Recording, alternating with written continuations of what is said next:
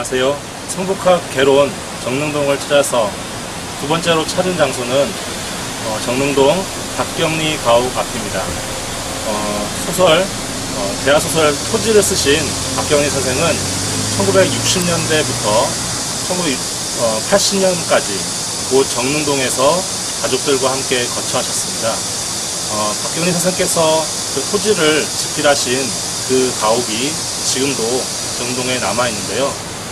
그 집이 어디에 있는지, 그리고 지금은 어떻게 보존되고 있는지 한번 안으로 들어가서 살펴보시겠습니다. 한국 문학사의 기념비적인 작품 대하소설 토지의 작가 박경리. 그가 살던 집은 정릉천 최상류의 우안에 있습니다. 가만히 귀 기울이면 정릉천 물소리가 솔바람 소리에 섞여 들려오는 한적한 곳입니다. 정릉동 768의 2번지. 행정구역상으로는 정릉 3동에 속하지만 흔히 정릉골이라 부르는 동네 골목입니다. 그녀의 집으로 가는 길목엔 작은 이정표와 퇴색한 벽화가 있습니다. 박경리는 1926년 경남 통영에서 태어났습니다. 어린 시절 책 읽기를 좋아했지만 가정사는 불우했습니다. 아버지가 조강지처인 어머니를 버리고 다른 여인에게 가버렸습니다. 소녀 박경리는 아버지에 대한 불신과 증오를 이른 나이에 배웠습니다. 명문 진주여고를 졸업하고 1945년에 결혼했지만 1950년에 일어난 한국전쟁은 그녀의 생을 핥히고 지나갔습니다. 서대문 형무소로 끌려간 남편은 행방불명이 되었고 3살짜리 아들마저 죽고 맙니다. 그래서 전쟁이 끝났을 땐 폐허 위에 당장 끼니를 걱정해야 하는 3명의 여인만이 남게 되었습니다. 친정어머니와 어린 딸 김영주, 그리고 작가 자신이었습니다. 막막한 생활고에 시달리던 박경리는 이를 극복하기 위해 고향인 통영에서 수혜점을 차리고 또다시 서울로 와서는 은행과 신문사에서 근무하면서 조금씩 꾸준히 글을 썼습니다. 그러던 중 소설가 김동리에게 글을 보일 수 있는 기회가 찾아왔습니다. 그녀의 글을 본 김동리는 시보다는 소설을 쓸 것을 권했습니다. 본명 박금희 대신 박경리라는 필명도 지어주었습니다. 마음도 생활도 모두 가난하고 힘든 시기였지만 글을 쓰며 마음을 다잡았습니다. 1955년부터 56년 사이에 현대문학의 단편 개상과 흑백백이 실리며 작가로서의 삶을 시작했습니다. 이후 은행을 그만두고 1955년 2월부터 도남동에서 식료품 가게를 운영하며 생활을 이어나갔습니다. 1957년 박경리는 전쟁의 상처를 다룬 불신시대를 발표하여 제3회 현대문학 신인상을 받는 등 신인 작가로서 주목받기 시작했습니다. 그러다 1950년대 말 정릉동 청수장 아래 작은 양옥으로 이사를 하며 본격적인 창작 활동에 들어갑니다. 1960년대 초에는 경국사 뒤쪽 정릉골 초입, 지금의 박경리 가옥으로 거처를 옮겼습니다.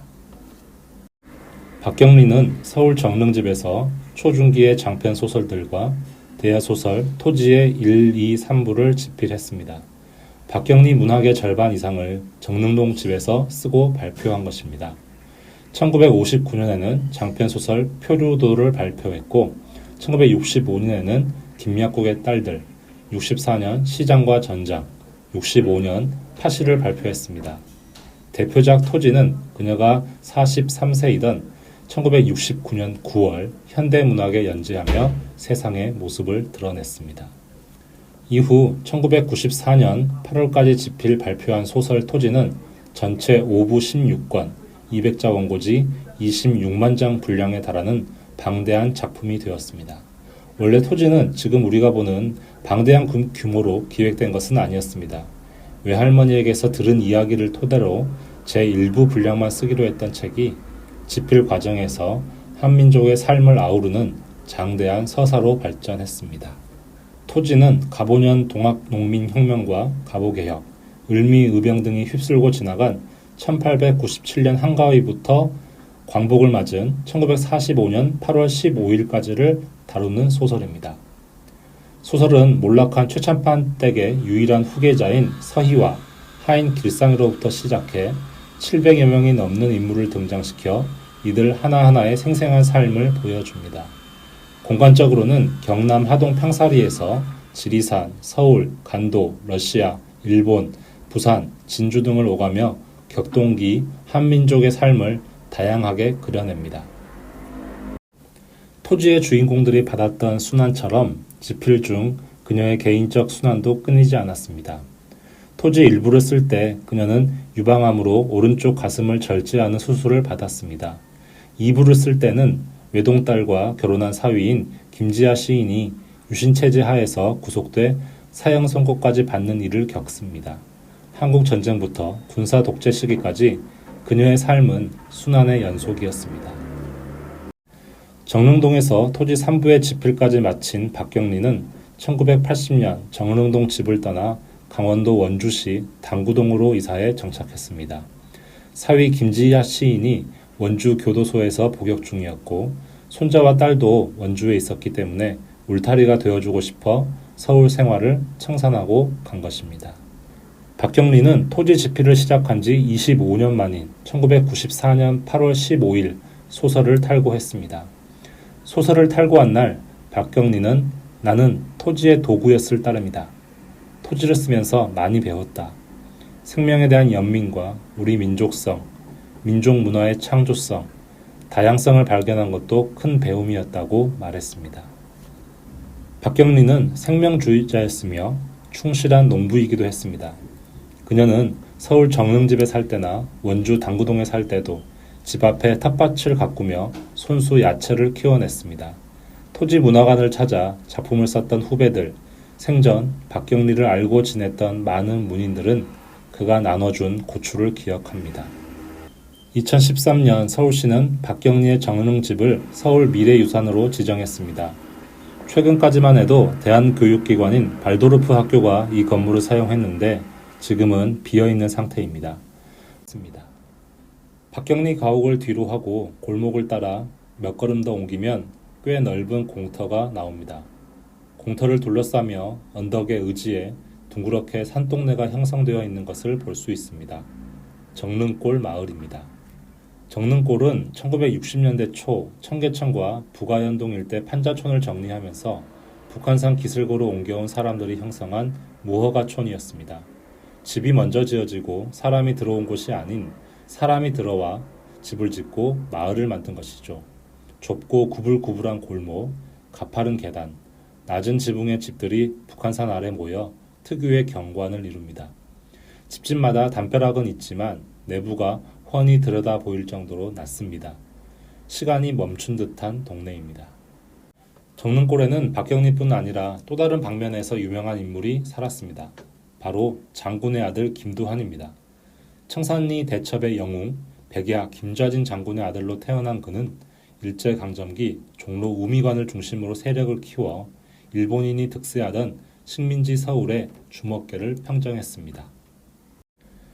그는 해방 후 이승만 정권과 박정희 정권 시절에 국회의원을 역임하기도 했습니다. 1966년 사카린 밀수 사건을 비판하며 국회에 오물을 투척한 사건은 그의 정치 인생을 설명해주는 가장 중요한 장면입니다. 이 사건으로 그는 국회의원직에서 물러나 옥고를 치르는 고생을 겪었습니다. 불의에 저항하며 자신의 신념을 꿋꿋이 견지했던 정치인 중 한 사람으로 기억에 남아 있습니다. 그런 그가 1972년 11월 이곳 정릉골 자택에서 고혈압으로 쓰러져 세상을 떠났습니다. 한국 현대사의 거인 김두한이 말년을 보낸 정릉집은 이후 불타버려 지금 그 흔적을 찾아볼 수는 없습니다. 지금 안디옥 교회 부근 어디쯤에 그의 집이 있었다고 합니다. 시기상으로 보면 작가 박경리와 국회의원 김두한은 동네 이웃 사이였겠지만 두 사람이 만났다는 이야기는 전해 듣지 못했습니다. 공터 한 구석에는 기와 모양의 돌을 인 비석 하나가 세워져 있습니다. 아주 오래전 것은 아니고 1995년에 건립한 비석입니다. 한자로 태희 전주환 선생 공적비라고 되어 있습니다.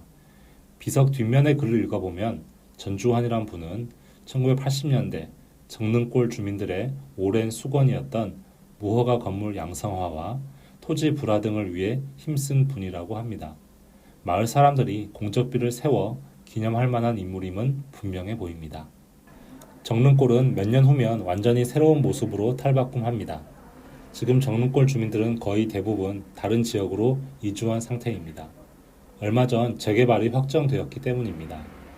신문 기사를 보면 원주민들이 떠난 언덕에는 2025년까지 새 주택단지가 들어설 예정이라고 합니다.